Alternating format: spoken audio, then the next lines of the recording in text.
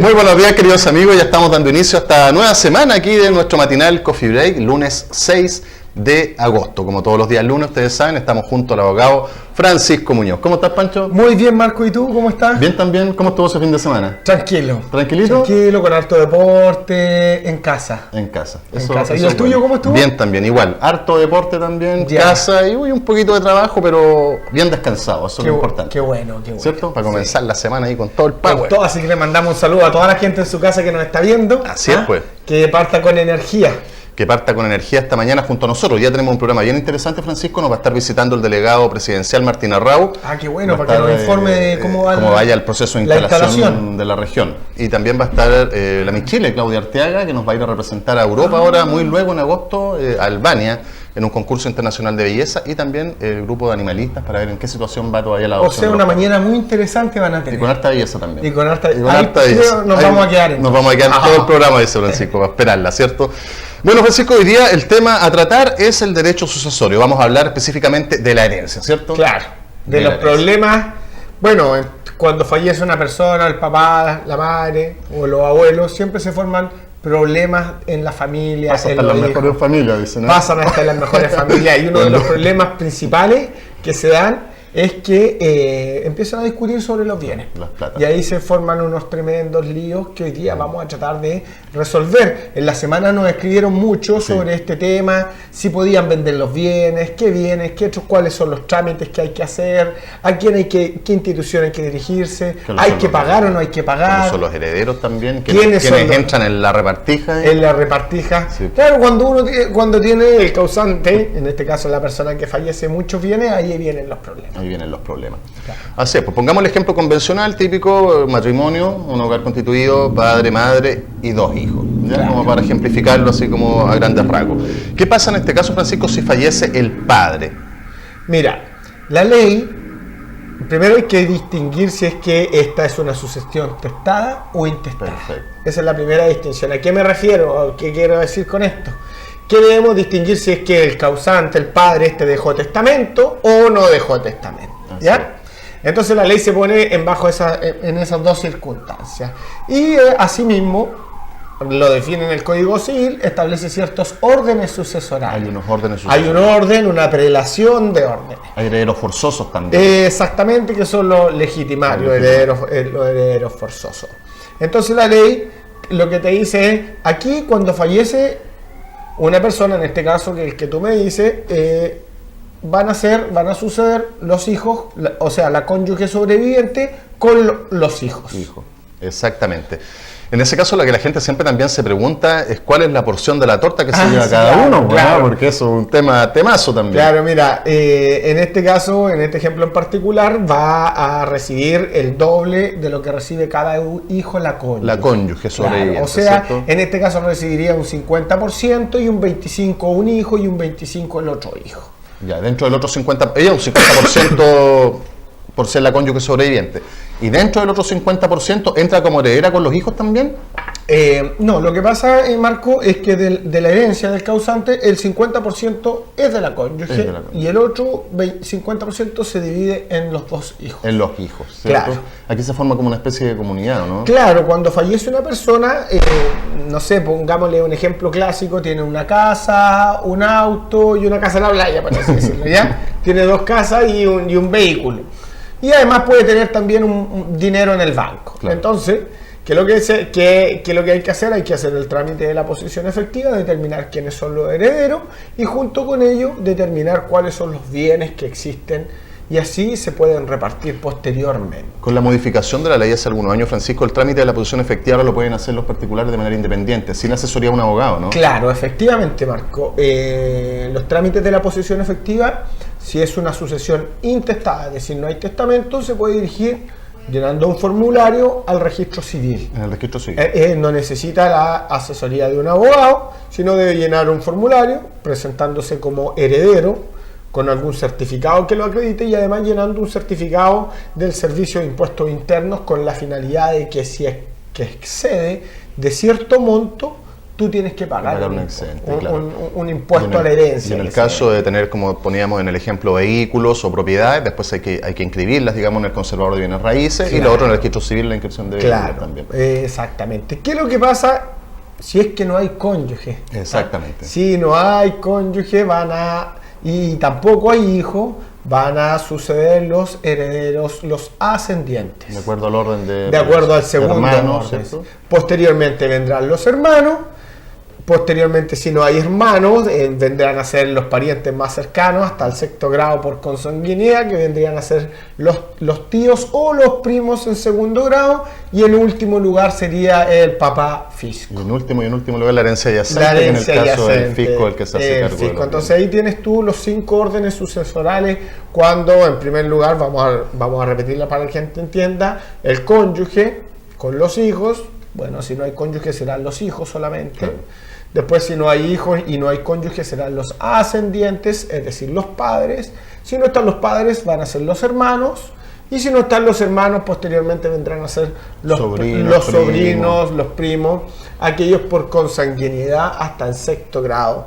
Y también la ley agregó el conviviente civil. ¿Ah, sí? Sí, mira. Se había olvidado este tema con la nueva ley de convivencia civil.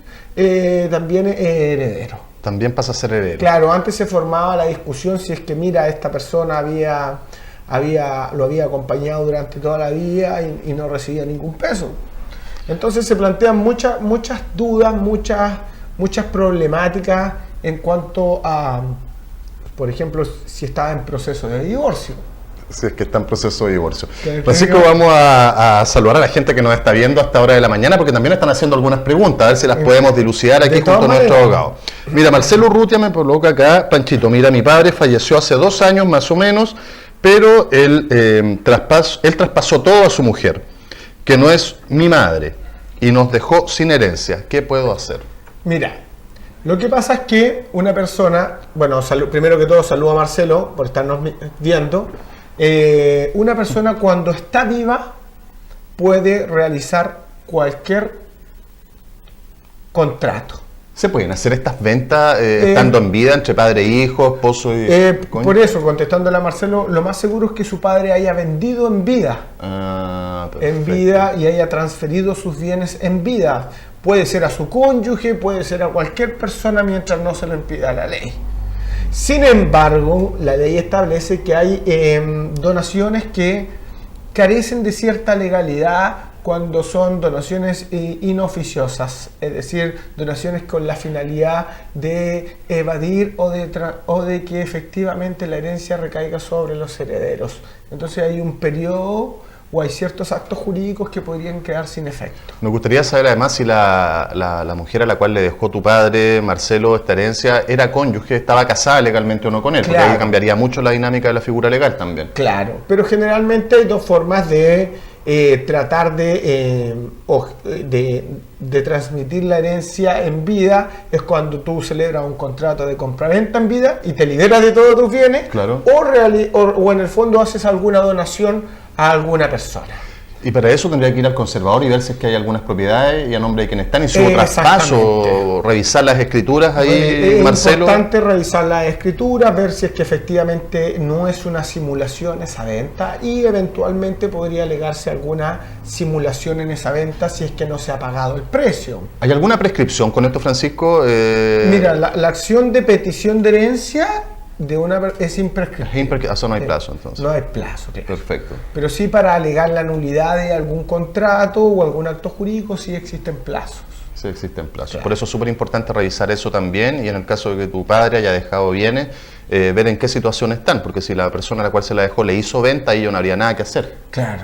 Si le hizo venta en vida, digamos. Por eso es importante revisar los títulos de dominio, claro, y las correspondientes inscripciones. Juan Luis Rodríguez, Panchito, un saludo, el abogado del pueblo también nos coloca, así que muchas gracias por estar viendo. Saludos, Juan Luis, que esté muy bien. Francisco, en el caso ahora de que, pongámonos que se formó una masa hereditaria, ya entre todos estos herederos, en el ejemplo que pusimos, quedó la cónyuge sobreviviente viva y 2 hijos. Pongamos el caso de un bien raíz, una casa. ¿Qué pasa para poder hacer la repartija de esta casa? ¿Es necesario que todos firmen? Mira, muy buena tu pregunta.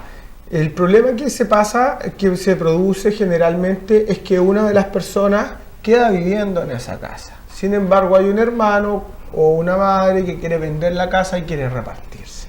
¿Qué nos dice la ley al respecto? Nos dice, mira, deben estar todos de acuerdo para la venta. Todos de acuerdo para la venta. Sin embargo, si uno no está de acuerdo, no quiere vender, los demás, la ley se pone en aquella situación y no le gusta estar en indivisión o en comunidad. Es decir, cualquiera de los herederos podría pedirle al tribunal que designe un juez partidor y el juez partidor vender esa casa y repartírsela en las proporciones que cada uno le corresponde. ¿Cuál es el problema aquí? El problema es que aquí sí tienen que intervenir, no es un problema, sí debe intervenir un abogado y también ese juez se va a quedar con un porcentaje que va de un 10 a un 15%. Ahí es donde entra a jugar el abogado y el juez, que se queda con bastante porcentaje de la tortita. Así que es lógico y natural, claro, porque los herederos no se ponen de acuerdo. Claro que sí. Entonces también ellos tienen que cobrar sus servicios profesionales. En el caso del ejemplo... El ejemplo clásico es que el consejo es que pónganse de acuerdo si fallece, pero siempre hay un hermano que se quiere quedar, claro, y que, oye, y que por el hecho que cuide a mi padre hasta los últimos días, creen tener un derecho que en el fondo no lo tiene. En el caso del ejemplo de nuestro amigo que nos estaba conversando recientemente, haciéndonos la pregunta, Marcelo colocó que era su esposa legal, estaban casados. Bueno, ahí habría que revisar, estimado Marcelo, ver si tú eres hijo, te corresponde un porcentaje de esa herencia. Sí, o sea, es que el padre dejó bienes, porque sí, uno puede testar todo su... O sea, perdón, hay herencia testada e intestada. Obviamente. Claro, nosotros estamos viendo cuando no deja testamento. Cuando no deja testamento, ¿cierto? En este caso, cuando no hay testamento es lo que está ocurriendo. Así que ahí tendría que entrar ya a revisar nuestro amigo los bienes que dejó tu padre, porque en el caso de que no haya testamento le corresponde un porcentaje, porque es heredero forzoso. Exactamente. Heredero forzoso. Y en el caso, bueno, mucha gente se ha preguntado, ¿qué pasa si hay testamento? Exactamente. ¿Puedo dejarle toda mi herencia a una persona? ¿Puedo dejársela a la última, a la señora que me cuidó, o a la escuela de las Carmelitas? Mira, en Chile lo que sucede es que hay también una forma de disponer de esos bienes. El testador es aquel que quiere dejar sus bienes después de sus días. Escrito, hay diversas formas de testamento, testamentos abiertos, testamentos cerrados, ante quien se otorga, entre otras cosas. Dependiendo, la ley nos señala que uno puede disponer de un cuarto de libre disposición, es decir, de un cuarto de la masa se la puede dejar a cualquier persona. Un cuarto nomás. Un cuarto nomás. Y lo otro pasa a los herederos. A los legitimarios, que son la señora, ese mismo orden, las cónyuges y los hijos, que son los legitimarios forzosos, y hay un cuarto para mejorar a uno de estos hijos o cónyuges. Mira, vamos a continuar con los saludos de la gente que nos está viendo. Muchas gracias por estar sintonizando. Nos estamos con muy buena audiencia, Francisco. Así que bueno, vamos a tratar de dilucidar en la medida que podamos las preguntas de cada uno de nuestros televidentes. Mané Martínez nos dice una consulta. Una abuelita de 88 años puede vender su casa que vale más de 1 millón o 10 millones de pesos en 500.000 pesos y que le hayan dado 2 antes de hacerlo por notaría sin ningún comprobante y lo restante en cuotas. ¿Es legal o no? Ya. Buena pregunta, ¿eh? Mané, ¿cierto? Mané. Mira, Mané. Generalmente los notarios, en razón de la edad que tiene esa persona, esa abuelita, que son 88 años, ¿cierto? Generalmente los notarios están exigiendo algún certificado de un médico capacitado que te permita enajenar o manifestar la voluntad de determinada manera. Es decir, que esa abuelita esté en su sano juicio, es decir, que sepa lo que está realizando. Que sepa. Porque hay personas que le tratan de sacar o tratan de engañar a la gente de edad. Hay que partir con esa primera premisa. Por eso, si está certificado por el notario que efectivamente era la voluntad de vender, no habría ningún problema. Sin embargo, ella nos manifiesta que vendió una casa al precio... ¿Cuál es el precio? Como de 500.000 pesos, le dieron la mitad en efectivo, claro, y lo otro en cuotas. Hay una institución que se llama la lesión enorme. ¿En qué consiste esa institución? Que si el avalúo fiscal de la casa, en este caso, es de 10 millones, ella no puede vender a menos de la mitad del valor del avalúo fiscal. Ah, perfecto. ¿Se fija? Es decir, ella no podría vender nunca menos de 5 millones esa casa. ¿Y ese certificado de avalúo para saber en cuánto está tasada la casa en el conservador, ¿no? En el certificado de avalúo fiscal se saca en tesorería. En tesorería. O en el servicio impuesto interno, www.cl. Ahí usted se va a bienes raíces, certificado de avalúo fiscal, pincha certificado y le va a pedir la comuna y le va a pedir el rol de la propiedad. ¿Te fijas? Claro. Entonces, claro, yo no puedo vender una propiedad que vale 10 millones en 100 mil pesos. Eso adolece de un vicio que se llama lesión enorme. Tanto en la venta como en la compra. Lo que ocurre también con la gente de edad, que mucha gente trata de aprovecharse, ¿cierto? Y tratan de ver la posibilidad de declarar a la persona interdicta, como que no está en su sano juicio, además, para poder disponer de los bienes. Entonces, por eso, como decía Francisco, es súper importante hacerse asesorar por un certificado de algún médico, además que el notario también hace visitas domiciliarias cuando quiere corroborar efectivamente si la persona está bien. Los notarios son los encargados, son los ministros de fe. Bueno, y un notario, aquí particularmente en algún momento se dio cuenta que una persona no estaba en su sano juicio y detuvo esa venta. Claro, entonces ahí hay que aplaudir a los notarios por la enorme gestión que realizan. Claro. Pero espero que le hayamos contestado a la pregunta. Podría invocarse la nulidad de ese contrato de compra-venta y ver cómo se pagó, porque siempre las compraventas se pagan que el precio se ha pagado con anterioridad a la venta. ¿Te fijas o no? A la venta. Vamos a continuar saludando a nuestros amigos que nos están viendo. Marcelo Urrutia, Sergio Antonio Astroza, que envía saludos. Codorniz Chillán, que pregunta cómo estaban los huevitos. ¿Compraste huevitos de codorniz? Sí, un regalo que me hicieron. Muy bueno. Con cero colesterol. Con cero colesterol. Ana Rodríguez Vergara también, que nos envía un saludo desde Portezuelo. Excelente programa. Y así mucha gente que nos está siguiendo hasta ahora de la mañana. Así que muchas gracias por estar junto a nosotros. Recuerden que sus preguntas las pueden hacer a nuestro fanpage. Nos buscan como Canal 21 Chillán. Propongan temas y háganos sus preguntas que nosotros aquí vamos a tratar de ver de qué manera lo podemos solucionar. En el caso, Francisco, estábamos hablando de la herencia testada. En el caso de la herencia intestada ya vimos más o menos cuáles eran los órdenes de prelación. En último lugar queda el fisco cuando no hay ascendiente ni descendiente, ¿cierto? Exactamente. Así que el tema principalmente que cuando queda una masa hereditaria y se forma esta comunidad, es sumamente importante que todos los herederos se pongan de acuerdo al momento de hacer ventas, ¿cierto? Traspaso, porque tienen que firmar todos los herederos. Aunque tengas un 1% de porcentaje, digamos, dentro de algún bien, tienes que contar con la firma de esa persona. Caso que no, entra ya el juicio particional, como bien nos comentaba Francisco, donde el juez va a determinar de qué manera se divide esto, con previo, respaldo de un abogado. Este juicio particional es muy largo, Francisco, ¿no? Mira, se hace la presentación, por ejemplo, no quieren vender, y uno quiere vender. ¿Qué te dice la ley? Sí, tú puedes pedir, tienes que hacer una presentación al tribunal, al juzgado de letra de lo civil, del último domicilio del causante, y se hace la presentación y el juez te dice: sí, efectivamente te voy a designar a un juez partidor, y el juez designa un abogado que va a citar a todas las partes y les va a decir: mire, los honorarios son de un 10%, de un 15%, porque está el juez partidor y su secretario, y tiene un plazo de 2 años para ver todos los bienes y ponerlos a la venta. Es un trámite largo, ¿no? Es un trámite, sí, relativamente. Bueno, los juicios en Chile duran 3-4 años, así que claro, sí, materia civil, está dentro de los plazos establecidos. Legales. Claro, no sé si será 2 años.